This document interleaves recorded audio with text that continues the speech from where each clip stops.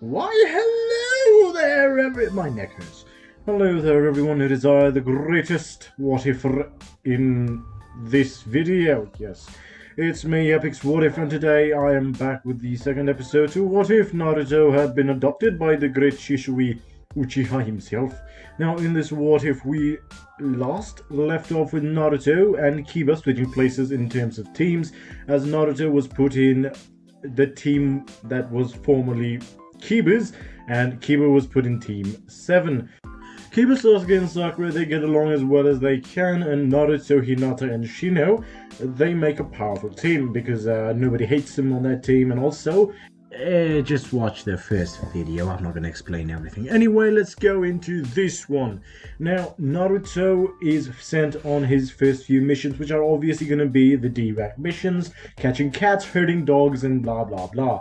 Whatever you do as a D-rank bastard. Now, after doing about, let's say, 25 D-rank missions, those seem a perfect amount. You know what, 50 D-rank missions is perfectly fine before they get bored as fuck and want to kill each other. Now, after doing about that many D-rank missions, Naruto and, well, actually just Naruto asked for a higher rank mission because D-ranks are fucking boring. They don't get the escort mission with Tazuna, as you know, fucking Tazuna goes to Team 7 because in Team 7 Kiba would have the same fucking problems as Naruto did in the original, and he would ask for a higher rank mission as well. Now, Team 7 have gone on their mission with Tazuna and they've been attacked already, and Kakashi, you know, after having the whole kerfuffle, I suppose, with the demon brothers, he sends one of his dogs back to the village to relay the information that this mission might actually be higher ranked than they previously thought, and to send another team, if possible, to, you know, provide some backup. So Naruto's team is essentially sent as backup to Team 7 as Team 7 moves forward to Tazuna's mission off to the village that Tazuna belonged to. Now, as you know, the first interaction with Zabuza takes place right before they enter the village. The fight between Kakashi and Zabuza goes as well as it did in the original, with Kiba and Sasuke actually providing a better duo than Naruto and Sasuke, as they don't hate each other as much as Naruto and Sasuke did in the original. Now, Kiba himself does also provide a higher physical and ninjutsu level than Naruto did in the original, which does help quite a bit. However, he doesn't have the Shadow Clone Jutsu, so that's gonna be a detriment. I think that's what they call it, yeah. Anyway, so Kiba and Sasuke managed to distract Zabuza long enough to ensure Kakashi's freedom from the Water Prism Jutsu, and Haku eventually has to step in and knock Zabuza out almost to death, and, you know, be like, oh yes, I was totally trying to capture this guy, thank you, I'm just gonna take him and run away and never see you guys again, this is totally legit. And Haku leaves the scene. Kakashi is like, okay, that was suspicious as fuck, but I'm like tired as fuck, I'm not gonna continue chasing after them. And Kakashi goes to the fucking Tazuna's village and he rests up. It is at this moment that Kurenai's team arrives at the scene and they provide some backing to Kakashi. Now, there's not much to do initially, so, you know, it's just gonna be a bit of, hello, how's it going, hello, where Naruto and Sasuke reunite for a few, you know, they're friends, they just chat around for a bit, they're like, hey, what the fuck happened, how you doing, it's been a while, like, totally, dude, it's been like 3 whole days since we last saw each other, it's insane, and, you know, Kiba gets to know Hinata and Shino, and Naruto already knows about Sakura. He's like, well, he does not necessarily like her. Who really likes Sakura, let's be honest. Anyway, also Kiba and Naruto have a weird interaction where they're like, hey, how's it going? And Kiba's like, I'm better than you. Sure you are. Eventually, as both teams start on their respective trainings, with Kurenai teaching Naruto, Hinata and Shino, and Kakashi teaching the other team, you know, like fucking wall, pre-climbing, water walking, shit like that. And, you know, Kurenai also teaches them the same fucking thing. However, Naruto is better at it than in the original, as Shisui would have taught him tree walking and water walking early on in his life. Naruto had been prepared to enter the academy before Shisui had to leave the village, and even after Shisui did leave the village, he did interact with Naruto in secret just to keep and continue his training and also meet his brother. So Naruto is far better at tree and water walking. He's already an expert, and he actually goes on to teach the other lads how to do it, just give them some advice and pointers, kind of like a sensei would. Now Sasuke manages to grip it. Kiba's kind of struggling with it, but he eventually grips it. Everyone grips that shit. It's amazing as fuck. Anyway, let's move on. Now, eventually Tazuna, is working. Naruto's like, yo, Tazuna, you need some help with the building of the bridge thing. I can totally help you with that. I don't know why I'm giving Naruto this voice. Well, I do actually know why. It's mostly because I, unfortunately, accidentally, totally, was too enthusiastic while singing a few songs today, and yeah, it's gone. There's nothing left of my voice, so that's unfortunate. Anyway, so Tazuna is like, how the fuck are you gonna help me, brat? And, Naruto's like, well, that was so bad. Naruto's like, well, I know a Shadow Clone Jutsu, so I can create like 1,000 slaves for you to work on. And, he's like, I don't believe you. And Naruto's like, Shadow Clone Jutsu. And he's like, fuck, that's a lot of clones. I don't know what I'm doing. Naruto creates about 50 clones, and he's like, give us the orders, old man. And the old man gives them the orders. Tazuna's like, I could kiss you, but that would be weird because you're like 11 and I'm 50, and it would be creepy, and I prefer not to go to ninja jail. Anyway, Tazuna's bridge is done far earlier, which forces Haku to actually have to kinda expedite Zabuza's healing and send him out faster as well, or rather Zabuza has to go out faster to capture them before they manage to make it back to the leaf. For some reason, by the way, I don't know why he actually needed to encounter them again. His mission was kill Tazuna, not the other shit. Anyway, ignore.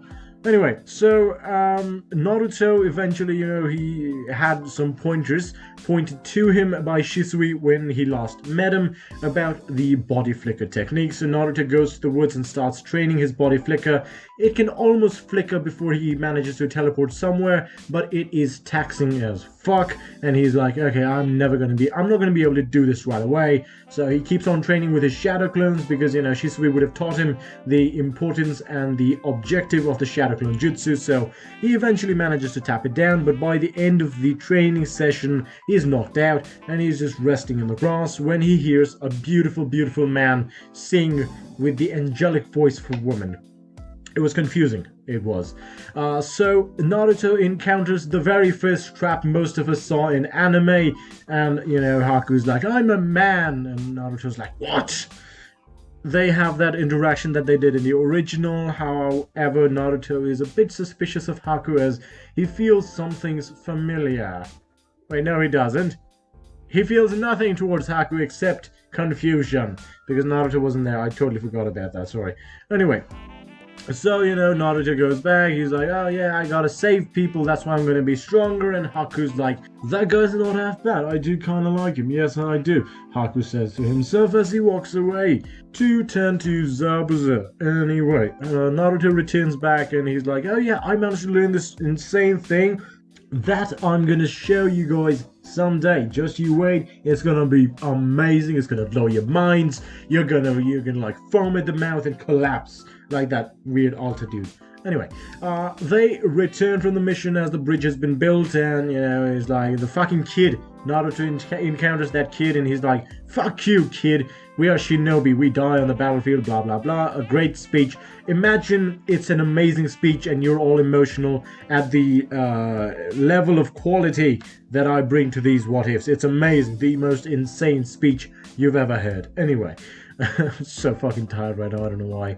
Anyway, they return. Naruto does actually give the kid a kunai that has been transformed, a Naruto clone that has been transformed to look like a kunai, and he's like, if you're ever in danger, stab someone with this, it's gonna help. So anyway, Gato's goons eventually attack the village, and Naruto's kunai is, tossed by the kid whose names I've completely forgotten, and the stabby stab happens, and the kid manages to stab one of the goons in the leg, and the kunai suddenly transforms into a Naruto who is gonna beat everyone up. Because he's Naruto, who has been trained by Shisui, and it's like amazing shit, And anyway, Naruto gets the information that somebody tried to attack the village, but they've been dealt with. It's probably that mob boss that they were talking about, and blah blah blah. And Kakashi's like, "How do you know, Naruto?" And Naruto's like, "Well, I had this thing, you see, that I gave to this kid, and he just stabbed someone with it, and information just flowed to me. It's mostly the Shadow Clone Jutsu, you know about it. Kakashi Sensei, person man! How you doing?" What am I doing? I actually don't know what I'm doing right now. Anyway. Zabuza eventually attacks the team of 7 people, 8 people, I forgot to count the senseis, 8 people team, and he is like, okay, that's more people than there were last time, that spells trouble, not good. Kakashi and Kurenai decide to take Zabuza on, and eventually Haku comes out right away. He's like, there's too many people, I gotta interfere, and I'm like, yeah, fuck yeah. And Haku takes the kids. And by the kids, I mean not even 5 people, really. It's mostly 4 people. It's Shino, Naruto, Sasuke, and Kiba as shonen women. Especially early Naruto's shonen women suck dick. Well, they don't even do that because they're minors. It would be weird. But anyway, they suck. They're horrible. Especially Hinata and Sakura. I know, Hinata fans. I'm one myself. But she was a horrendously bad character early on, or early Naruto. I just did not like her. I'm sorry. But I hate Sakura more. So there you go. Hate Sakura more. So you and I, we have something in common. Anyway, so Hinata and Sakura are immediately sidelined because they can't really do much. Hinata can scream Naruto-kun, and Sakura can scream Sasuke-kun. Fuck my voice, that is bad. So Haku is like, yeah, this ice prism jutsu, and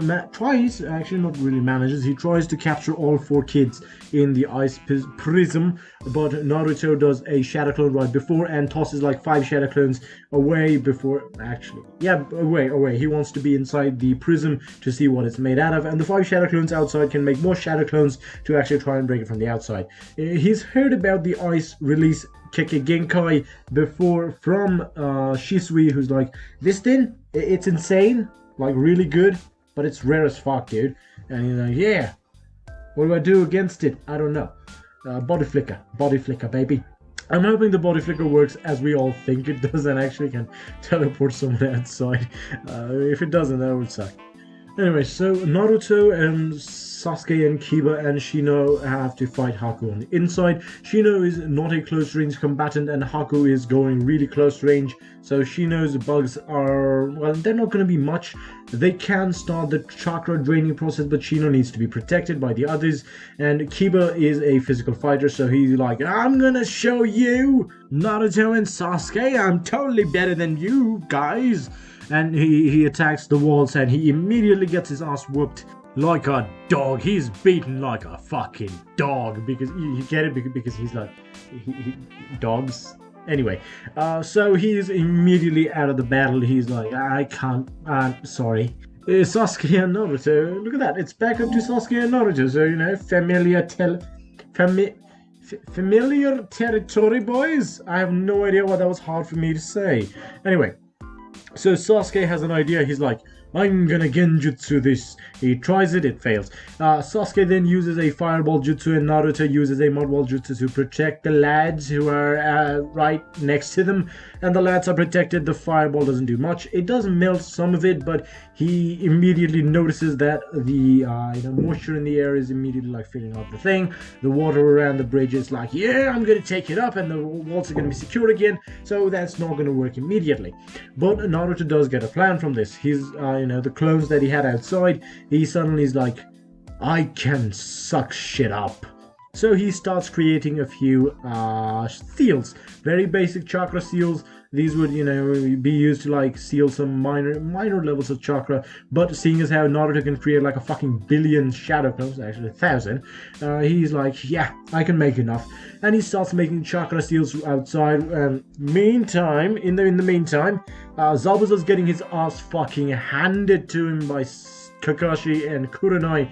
Kakashi alone was enough trouble for Zabuza, but also considering the fact that Zabuza is injured as fuck, as his healing period was actually reduced from the original, because Naruto's shadow clones helped build the bridge much faster than they did in the original. And also having Kurenai there, who, due to her genjutsu abilities and also basic fighting abilities, provides a decent backup for Kakashi, who does not feel the need to actually bring out his Sharingan. So that's amazing. Zabuza's like almost fucking dead at this point. Like he is clinging on to life, dude. Anyway, in the dome itself, Haku is starting to, fear for Zabuza's life, and he's like, I gotta finish this quick. And he, starts his first barrage of Senbone on the lads, and the first barrage, it does hit mostly Sasuke and Naruto, and also Shino and Kiba. Kiba's fucked, dude. He can't do much right now. Kiba's just straight up fucked from the first attack that he tried to launch. Anyway, Naruto and Sasuke did manage to avoid most of their vital organs, and so did Shino, as his bugs actually, went up and defended most of the organs that needed defending, while not losing all of their lives. Kiba, he's still fucked. He's out. He's not waking up. But, they did try their best to protect him with the pre-existing mud wall.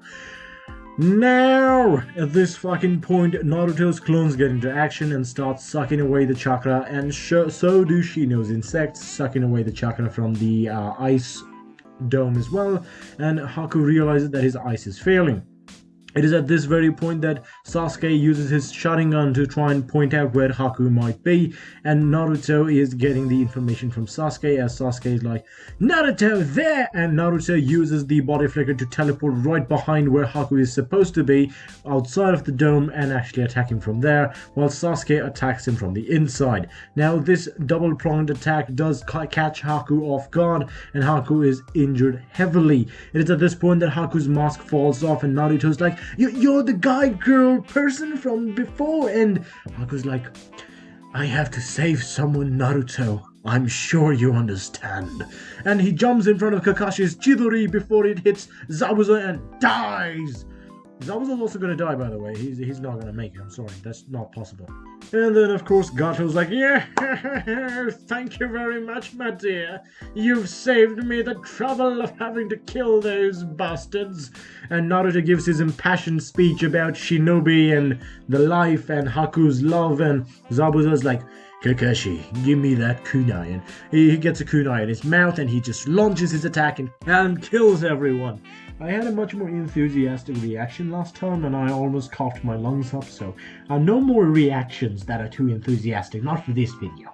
Anyway, we end off with Zabuza dying right next to Haku. It's an emotional scene. There's snow falling from the sky, and the world is crying, and everyone's sad, and Naruto's like, so this is the shinobi life. And that's the end for that video, yeah! Also, before every last person here leaves, I have a question. I'm thinking about expanding my what if scenarios. I've been doing Naruto what ifs for over a year now. How the fuck is that possible? I thought I started a few days ago. This is not happening. I'm growing old. Anyway, so I also figured I might as well dip my pinky, my toe, my foot, dip my foot into the One Piece what ifs, because I do enjoy One Piece a fuck ton, and also some My Hero Academia what ifs, because it seems entertaining enough. So I don't know about it right now, but if you guys, and I mean you guys, are up for it, I'm gonna upload some One Piece what ifs and some My Hero what ifs as well. It gives me more content to pull from. Also, I'm reading up on some fan fictions. Some of them have been pretty good, most of them suck. If you guys have some of your fan fiction that you want me to read, I'm down to do that as well. I'll like shout you guys out. That's all I can do. I don't have any money. I'm sorry. That's about it. That's about it for this video. I'm gonna bid you adieu. I don't have my guitar, so I can't sing an outro song.